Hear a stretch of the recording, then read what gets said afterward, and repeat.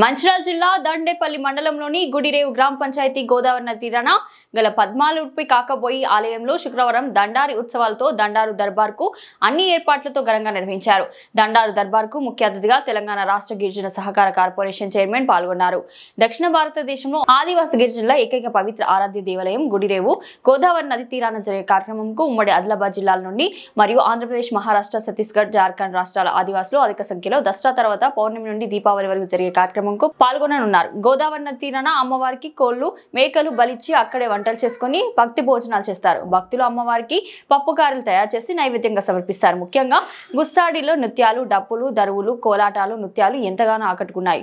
ఈ సందర్భంగా తెలంగాణ రాష్ట్ర గిరిజన సహకార కార్పొరేషన్ చైర్మన్ కోట్నాక తిరుపతి మాట్లాడుతూ గోదావరి నది తీరాన గుడిరేవు గ్రామ పంచాయతీ పరిధిలో శ్రీ శ్రీ శ్రీ పద్మలూర్పి కాకో ఆలయం ఎంతో చరిత్ర కలిగిన దేవాలయమని, అమ్మవారిని దర్శించుకుంటే భక్తుల కోరిన కోరికలు తీర్చి కొంగు బంగారం లాంటి అమ్మవారి దేవాలయం అని భక్తుల నమ్మకం అన్నారు.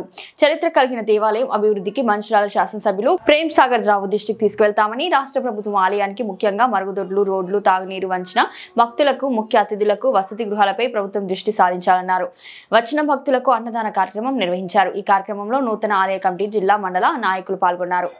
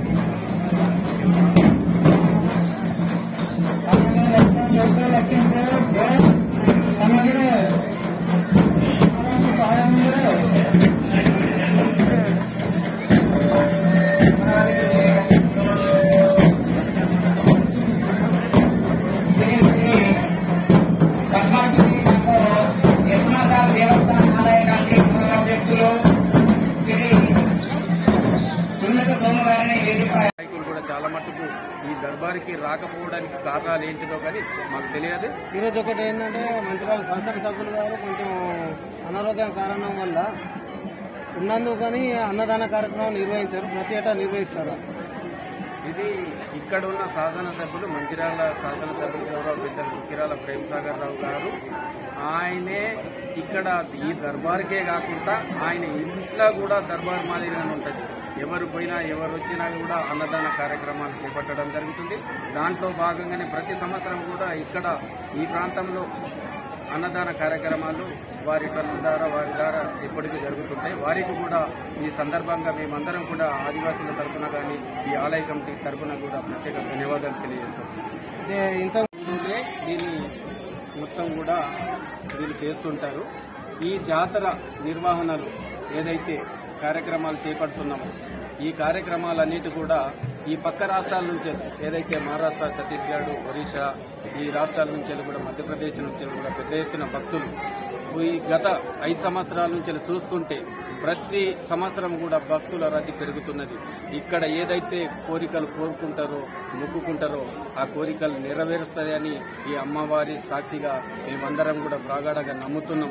ఎందుకంటే వాళ్ళు నియమ నిష్టలతోటి ప్రతి ఒక్కరు కూడా వాళ్ళ గూడెల నుంచి వాళ్ళ గ్రామాల నుంచి పెద్ద ఎత్తున భక్తులందరూ కూడా ఇక్కడికి వచ్చి గోదావరి తీరాన గోదావరి స్నానాలు చేసి ఇక్కడ సాంప్రదాయబద్ధంగా గిరిజనుల ఆదివాసులు అయితే ఏదైతే చేస్తారో ఆ పిండి వంటలతోటి నైవేద్యం పెట్టి అమ్మవారికి పెట్టిన తర్వాతనే తదుపరి కార్యక్రమాలకు వెళ్తారు. దాంట్లో భాగంగానే ఈరోజు భారతదేశంలోని ఏకైక దేవాలయం ఎక్కడున్నదంటే శ్రీ పద్మల్పూరి కాకబాయి ఆలయ ప్రాంగణం, మంచిర్యాల జిల్లా దండేపల్లి మండలం గుడిరేవు గ్రామం గోదావరి తీరాన వెలిసిన శ్రీ పద్మల్పూరి కాకబాయి ఆలయంలో ఇది ఇయ్యాల ఉన్న చరిత్ర కాదు. ఇది తరతరాలుగా పరంపరగా ఏదైతే ఆదివాసులు ఆరాధించే దైవంగా మేమందరం కూడా భావిస్తాం. దీని ప్రత్యేకత ఏదైతే కుసాడి వేషధారణ చూస్తున్నాం అంటే కుసాడి వేషధారణం అంటే అదేదో వేషం కాదు. దాంట్లో ప్రతి ఒక్క పార్ట్ ఒక్కొక్క దాన్ని ఒక్కొక్క విలువను చూపెడుతుంది. చెట్టుకు సంబంధించిన మూలికలుంటాయి, జంతు చర్మాలుంటాయి, గవ్వలుంటాయి, రకరకాల నెమలి ఈకెలుంటాయి. ప్రతి ఒక్కటి కూడా అంటే ప్రకృతిని పూజించే ఆదివాసులుగా దాని వేషధారణ బట్టి మనకు ఈరోజు మీరు మంచిర్యాల జిల్లా దండేపల్లి మండలం గుడిరేవు గ్రామానికి వచ్చారు. మాజీ శాసనసభ్యులు ఆత్రం సాక్షి ఫౌండేషన్ తరఫు నుంచి మీరు వచ్చారు. ఈరోజు అని ఇంతకుముందు మైకులు విన్నాను. ఈరోజు వచ్చిన జాతర కాకబాయి జాతర గురించి విశిష్టమని మీరు వచ్చిన మీ గురించి ఆదివాసులలో అతిపెద్ద పండుగ బండారు పండుగ. దానికి ఎక్కడ దేశంలో లేని దగ్గర గుడిరేవు దగ్గర కాకబాయి దేవాలయం ఉండడం మా అదృష్టం. అంటే ఎక్కడ మహారాష్ట్ర నుంచి కానీ ఎక్కడెక్కడి నుంచో దండారి దర్బార్ కానీ ఈ దీపావళి నుంచి 10 రోజులు కంటిన్యూగా వచ్చి ఇక్కడ మొక్కులు చెల్లించుకుంటుంటారు.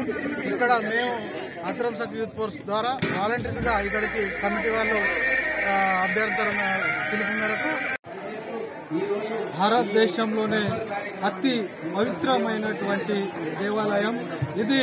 పద్మల్పూరి కాకు అనే ఆదివాసులందరూ కూడా ఎంతో భక్తి శ్రద్ధలతో ఇక్కడ మొక్కుకోవడం కానీ మొక్కులు తీర్చుకోవడం కోసం ఇక్కడ ఆదివాసులందరూ కూడా ఐక్యమత్యంతో అది ఏదైతే మన దేవతలు ఉన్నటువంటి ఏతమాసూరు దేవతని వల్ల ఎంతో పవిత్రంగా కోర్చుకుంటారు. కావున ఇక్కడ ఏదైతే వచ్చే భక్తులకు కనీస సౌకర్యాలు చాలా ఇబ్బంది పడుతూ ఉన్నారు. ఎందుకంటే ఎన్నో ప్రభుత్వాలు మారినప్పటికీ కూడా ఆదివాసులను మాత్రం ఆదివాసి దేవతలను మాత్రం చిన్న చూపు చూస్తున్నారు. ప్రత్యక్షంగా ఇక్కడ మనం చూస్తున్నాం. ఈ రోజు ఏదైతే దర్బార్ నిర్వహించారో ఏ ఒక అధికారి కూడా ఇవాళ పిఓ గానీ కలెక్టర్ గానీ డీడీ గానీ కనీస అధికారులు కూడా ఇవాళ ఇక్కడ ఏర్పాట్లు రాకపోవడం. సో బేసికలీ మాకు దివాళీ అంటే ఇట్లా స్టార్ట్ అవుతుంది. భోగి అనే ఒక ఈవెంట్తో స్టార్ట్ అవుతుంది. భోగి ఇంకా ఫస్ట్ సో చాలా విలేజెస్ వాళ్ళు ఇక్కడ భోగి అమ్మవారి దగ్గర ఆశిస్తారు, భోగి స్టార్ట్ చేస్తారు. దెన్ వెళ్ళి వాళ్ళ దివాళీ ఈవెంట్ కింద స్టార్ట్ అవుతుంది. ఇక్కడ ఉన్న వసతులు ఏ విధంగా అనిపిస్తున్నాయి? ఇంతకుముందు సంవత్సరం కింద ఇప్పటికీ జరుగుతున్నటువంటి నీటి వసతి కావచ్చు, ఇక్కడ ఏర్పాట్లు రోడ్డు వసతి కావచ్చు, ఈ ప్రభుత్వం ఏ విధంగా ఏర్పాటు చేస్తుందని మీరు అనుకుంటున్నారు? యాక్చువల్గా ఇక్కడ వసతులు అంటూ ఎలాంటివి ఏమీ లేవు. ఆలయ కమిటీ జస్ట్ ఇప్పుడు లైట్ గా అభివృద్ధి చేస్తున్నారు తప్పితే ఇక్కడ మీరు చూసుకోవచ్చు, వెనకాలే చూసుకోవచ్చు, ఎలాంటి దారి లేదు, ఎలాంటి నీటి వసతులు కూడా లేవు. ఈవెన్ మేము కూడా ఇప్పుడు ఇలా మినరల్ వాటర్ క్యారీ చేసుకోవాల్సి వస్తుంది. ఈవెన్ మినరల్ వాటర్ ఇక్కడ తాగడానికి ఈవెన్ స్టాల్స్ కూడా లేవు. సో ప్రభుత్వం కొంచెం దీనిపైన దృష్టి సాధించాలని అందరి తరఫున మేము కోరుకుంటున్నాం.